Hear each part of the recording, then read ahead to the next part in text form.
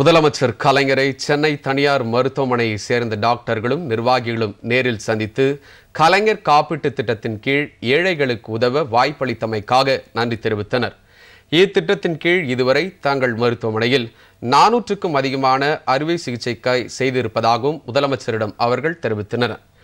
உயிர்காக்கும் உயர் சிகிச்சைக்கான கலைஞர் காப்பீட்டு திட்டத்தின் கீழ் தமிழகம் முழுவதும் உள்ள மிகச்சிறந்த தனியார் மருத்துவமனைகளில் ஏழை எளிய மக்களுக்கு இருதய நோய் உள்ளிட்ட கடுமையான நோய்களுக்காக முக்கிய சிகிச்சைகள் நடத்தப்பட்டு வருகின்றன.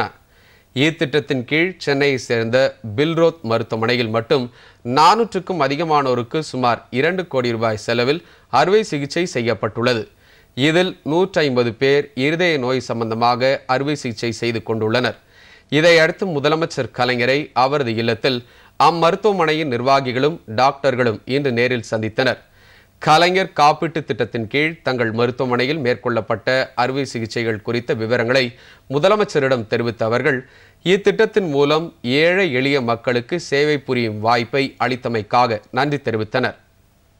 கலைஞர் காப்பீட்டு திட்டத்தில் இருதய நோயாளிகள் மிகவும் பலனடைகிறார்கள் என்று எல்லா இதுலேயுமே பரவலாக பேசப்படுகிற ஒன்று. அது முற்றிலும் உண்மையும் கூட. இலவசமாக செய்யக்கூடிய ஒரு இன்சூரன்ஸ் திட்டமாக இருந்தால் அந்த இன்சூரன்ஸ் மூலமாக அந்த பணம் அவர்களுக்கு போய் சேருகிறது.